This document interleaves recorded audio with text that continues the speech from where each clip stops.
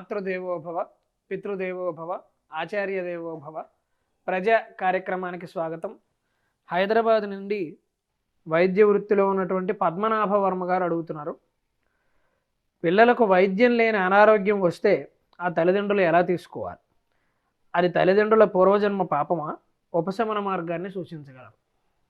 వందే మాతరం. వర్మగారు అడిగిన ఈ ప్రశ్న చాలామందికి ఉపశమనం కలిగించడానికి నేను కొన్ని విషయాలు చెప్పడానికి అవకాశం ఇస్తాను. వారికి ధన్యవాదాలు. చాలామందిని ఇబ్బంది పెడుతున్న సమస్య కదా. పైగా ఆయన వృత్తిరీత్యా వైద్యుడు, అందుకే చాలామంది కేసులను చూస్తారు కదా. ఇవాళ నేను ఈ మధ్య పత్రికల్లో చదివింది ఏమిటంటే, పిల్లల్లో ఇప్పుడు కొత్తగా పుట్టిన పిల్లల్లో 100కి 10 మందికి వినికిడి సమస్య వస్తుంది. 100కి 10 మంది అంటే చాలా ఎక్కువ. 100కి 7కి 7% వినికిడి సమస్య వస్తుంది. 100కి 15 మందికి మాట కూడా రావట్లేదు. ఆటిజం వంటివి. ఆటిజమే ఏమో, మోగతనం కూడా. ఆటిజం వల్ల రేపైనా మోగతనం కూడా. మోగతనం అది పెద్ద సమస్య. 15% ఏం సామాన్యమా? 100కి 15 అంటే 100కి. కరోనా కూడా అలా వ్యాపించిందో లేదో. 100కి 15 మందికి మోగతనం, 100కి 7కి ఈ చెవుడు. పైగా ఈ రెండింటికి అనుబంధం ఉంది. చెవుడు ముందు వస్తుంది, మోగతనం తర్వాత వస్తుంది. అందుకే పిల్లలు ఉన్న ఇళ్లల్లో ఎప్పుడు కూడా బాగా వాగే ముసలాయన్ని ఒకరిని పెట్టాలి. వీళ్ళు అలా తల్లిదండ్రులను ఉండనీయకుండా చేస్తున్నారు కొంతమంది. ఉందే దూరం పెట్టి, అది చాలా పాపమే కాదు. వాళ్ళకి అన్యాయం జరుగుతుంది. తల్లిదండ్రులకు కాదు, వీళ్ళకి అన్యాయం జరుగుతుంది. ఆ పెద్దాళ్ళు ఉంటే ఏంటంటే వాళ్ళు అలా ఉండలేరు, ఏదో ఒకటి అంటూ ఉంటారు. ఈ మాటలు వాళ్ళకి వినపడుతూ ఉంటాయి. వాళ్ళు జవాబు కూడా ఇస్తారు. ఈ చూడు అచ్చం వాళ్ళ తాత పోలిక అనేదో ఉంటుంది, అంటుంది. స్పందన. ఇవాళ మనస్తత్వ శాస్త్రవేత్తలు అందరూ అదే చెబుతున్నారు. పిల్లాడు వింటున్నాడా, అంటున్నాడా, గుర్తుపడుతున్నాడా చూసుకుని, ఏమీ చెప్పకుండా వీళ్ళు జాతకాల మీద ఆధారపడి, లేకపోతేనేమో మనం ఏదో వైద్యం చేసేసాం కదా అని డే కేర్ సెంటర్లో పారేస్తే. ఇంకొకటి వర్మగారితో సహా నేను చాలామందికి చెప్పదలుచుకున్నది ఏమిటంటే, ఈ చిన్నపిల్లలకి వైద్యం లేనటువంటి రోగాలు రావడానికి తల్లిదండ్రుల పూర్వజన్మ కర్మకి ఏమీ సంబంధం లేదు. 3 సార్లు చెబుతాను, ఏమీ సంబంధం లేదు. 3వసారి చెబుతున్నా ఏమీ సంబంధం లేదు. దానికి వ్యాసుడు భారతంలో చెప్తాడు సమాధానం. నా కర్మణా లభ్యతే చింతయావా నాప్యస్తి దాత పురుషస్య కశ్చిత్ పర్యాయయోగేణ హితం విధాత్ర కాలేన సర్వం లభతే మనుష్య.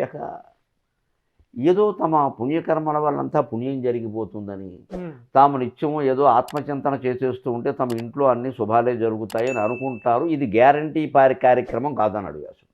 నా కర్మణ లభ్యతే చింతయావ నాప్యస్తి దాత పురుషస్య కశ్చిత్. ఎవడైనా మనిషి, పురుషుడు అంటే మగవాడు కాదు, ఇక్కడ ఆడ మగ ఎవరైనా, వాళ్ళ ప్రయత్నాలు వాళ్ళ జీవితాల గురించి అన్ని విషయాల్లో వాళ్ళు చేసుకోవలసిందే తప్ప ఎవడో వచ్చేసి వీళ్ళని అనుగ్రహిస్తాడు అనుకోవడం పొరపాటు. మరి ఆరాధనలు ఎందుకు తర్వాత చెబుదాం, అది ఉంది, దాని తర్వాత వేరు. అలాగే పర్యాయోగేణ విహితం విధాత్ర. నెమ్మక కాలచక్రం తిరుగుతుంటే ఒక్కొక్క పరిణామం అలా వస్తూ ఉంటుంది. సుఖం దుఃఖం, సుఖం దుఃఖం, సుఖం దుఃఖం. అన్నిటికీ మన పూర్వజన్మ కారణం అనుకోవడం దేశం మొత్తానికి పట్టిన క్యాన్సర్ కంటే పెద్ద జబ్బు. అది వదిలించుకుంటే మంచిది. వీడు ప్రయాణం ఆలస్యంగా మొదలు పెడతాడు. పూర్వజన్మ కర్మ నేను ఎప్పుడు వచ్చినా ఎలా జరుగుతుందంటే, నువ్వు ముందు బయలుదేరద్దని ఎవడు చెప్పాడు నీకు? యోగ వాసిష్టం 32,000 సహా, శంకరాచార్య సహా, వివేకానందుడు సహా ప్రయత్నం అంటుంటే విధి అని ఏడుస్తారేట ఇక్కడ. ఆ ముందు వదిలేయాలి. ప్రయత్నం మీద దృష్టి పెట్టండి వీడేదో కమ్యూనిస్ట్ అంటాం అంతే. ప్రయత్నం అంటే ఇక నాస్తికుడు అంతే. మీరు దేవుణ్ణి నమ్మబట్టే ప్రయత్నం గురించి చెబుతున్నావు. ఒకటి దేవుడు అంటేనే ప్రయత్నం, సన్నాసి. దేవుడు అంటేనే ప్రయత్నం. ఈ ప్రయత్నం ఎక్కడి నుంచి వస్తుంది? దైవశక్తి వల్ల వస్తుంది. లోపల ఉన్నదంతా అదే. అంచేతనే ఈ అన్నిటికీ పూర్వజన్మ. పైగా తల్లిదండ్రుల పాపం అంటే వాళ్ళు ఏం చేస్తారు చెప్పు అసలు? అది అబద్ధం ఒకటి. రెండోది అపకారం ఒకటి. ఎందుకంటే ఏమైపోతాయి, ఏం పాపం చేసి ఏమైనా చెప్పగలరా? ఎవరు చెప్పలేరు. చెప్పలేనప్పుడు వీళ్ళు ఇలా కుళ్ళిపోయారనుకో, ఆ పిల్లాడినో చూసినప్పుడల్లా వీళ్ళు ఇలా కుళ్ళిపోతుంటే ఆ పిల్ల ఏమైపోతుంది, పిల్లాడు ఏమైపోతాడు, వీళ్ళు ఏమైపోతారు? అబ్బాయి మానసికంగా ఇబ్బంది పడుతున్నాడు, వీళ్ళు కూడా ఇంకా చేతన అది లోపల బిడ్డ తయారయ్యేటప్పుడు. పైగా ఇలాంటివి ఆటిజం లాంటివి, ఇవి ఇంకా కొన్ని వ్యాధులు కూడా ఆధునికంగా ఎక్కువ వస్తున్నాయి. పూర్వం తక్కువ ఉండేవి. ఈ కాలంలో ఇప్పుడు హైదరాబాద్లో ఆటిజం విపరీతంగా ఉంది. ఎందుకు అనుకుంటున్నావు?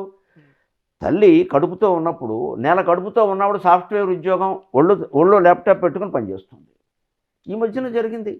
ఒక అమ్మాయికి పిల్లాడు పుడితే ఒక ఆవిడకి అసలు అవయవాలు ఏవి తయారవ్వాలా, ఉట్టి మృతపిండంలాగా ఆయన పరీక్షిత్ పిండం ఉంది, అలా బయటకు వచ్చింది. ఏమిటిది అంటే, ఏమ్మా ఏం జరిగిందో చెప్పమంటే, నేను ఉద్యోగం మానలేదండి, అన్నీ ఇలా ఒళ్ళో పెట్టుకోవడం వల్ల లేజర్ కిరణాలు లోపలికి వెళ్ళి 10 నెల రోజుల దశ నుంచి వాటి మీద ఆ కిరణాల ప్రభావం పడి ఏ అవయవాలు తయారవ్వాలి.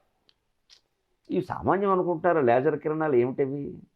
సూర్యకిరణాలు చూడండి అంటే ఒక్కడు చూడడు, ఈ కిరణాలు ఒళ్ళో పెట్టు కూర్చున్నారు. ఇక్కడ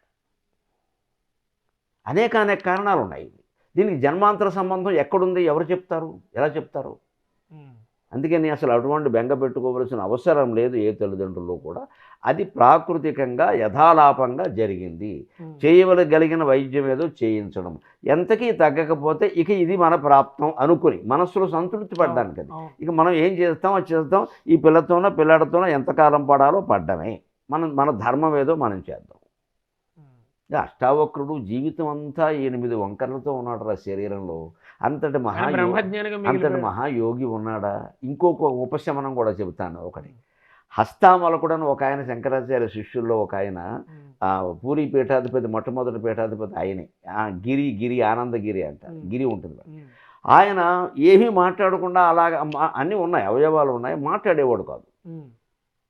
తల్లిదండ్రులు కంగారు పడిపోయి ఏం చేయాలో తెలియక ఊళ్ళోకి శంకరాచార్య స్వామి వస్తున్నారంటే ఆయన తీసుకెళ్ళి చూపించారట. చూపించి, వీడు మీతో ఎందుకు మాట్లాడతాడు, నాతో మాట్లాడతాడు అన్నాడు. ఎందుకంటే అది జన్మాంతర జ్ఞానం. అది ఆయన వెంటనే ఎవరు నువ్వు, ఎక్కడి నుంచి వచ్చావు అనగానే నిరంజనాష్టకం ఆ మహానుభావుడు చదివాడు, హస్తామలకి గీతం అని. అప్పటివరకు మాటే మాట్లాడిన ఆయన చేతను ఒక ఉపశమన వాక్యం నేను చెప్పదలుచుకున్నది ఏమిటంటే, దైవారాధన మానద్దు. ఏ విధినైనా ఏదైనా ఒకవేళ ఉన్నా మనం చేసేటువంటి నామస్మరణ ఉందే, నమ శివాయ, నమో నారాయణాయ, శ్రీమాత్రే నమః, ఇది భావ తీవ్రతను పెంచితే ఆ రోజు దగ్గర పడుతుంది. అంటే ఆలస్యంగా రావాల్సిన మంచి రోజు వస్తుంది. అంటే ఇవన్నీ తగ్గిపోతాయి. అప్పటికి దానికి తగిన వైద్యం కూడా వస్తుంది. ఇప్పుడు ఎన్ని పరిశోధనలు జరుగుతున్నాయి. ఆర్టిఫిషియల్ ఇంటెలిజెన్స్ మీద పెట్టే శ్రద్ధ ఈ పరిశోధకులు ఇటువంటి వాటి మీద పెడితే రోగాలు నయం కావాలి. ఎందుకు అవుతావు? సమస్య ఉన్నప్పుడు పరిష్కారం ఉంటుంది, అక్కడే ఉంటుంది. అది అంచేతను అలాగే ఏమీ పూర్వజన్మ పాపానికి దీనికి సంబంధం లేదు.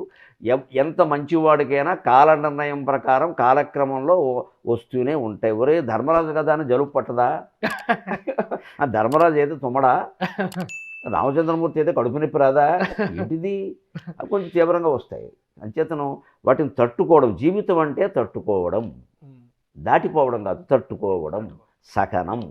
దాంతోపాటు పరమేశ్వర స్మరణ. ఎందుకోసం? ఈ శక్తులన్నీ మార్చగలిగిన శక్తి ఆదిపరాశక్తి ఉంది తప్ప మనకి లేదు. ఆమెను ప్రార్థించాలి. అద్భుతం. ఎప్పుడూ నాన్నగారు ప్రసంగాలలో చెప్పే మాటే, చాలా తేలికగా మన చేతిలోనే ఉన్న పరిష్కారాలు చాలా సందర్భాల్లో మనం గుర్తించం. ఒక్కొక్కసారి ఈ సందర్భంలో అని కాదు, కానీ మనం ఏదో ఖర్చు పెడితేనో, ఏదో చేస్తేనో, ఎక్కడికో పెడితేనో ఏదో అవుతుంది అనుకుంటాం. కానీ తేలికగా మనిషి కూర్చున్న చోట చేయగలిగే నామస్మరణ గురించి 30 ఏళ్ళగా ఆయన చెబుతూనే ఉన్నారు. పెద్ద పెద్ద ప్రవచనకర్తలు చెబుతూనే ఉన్నారు.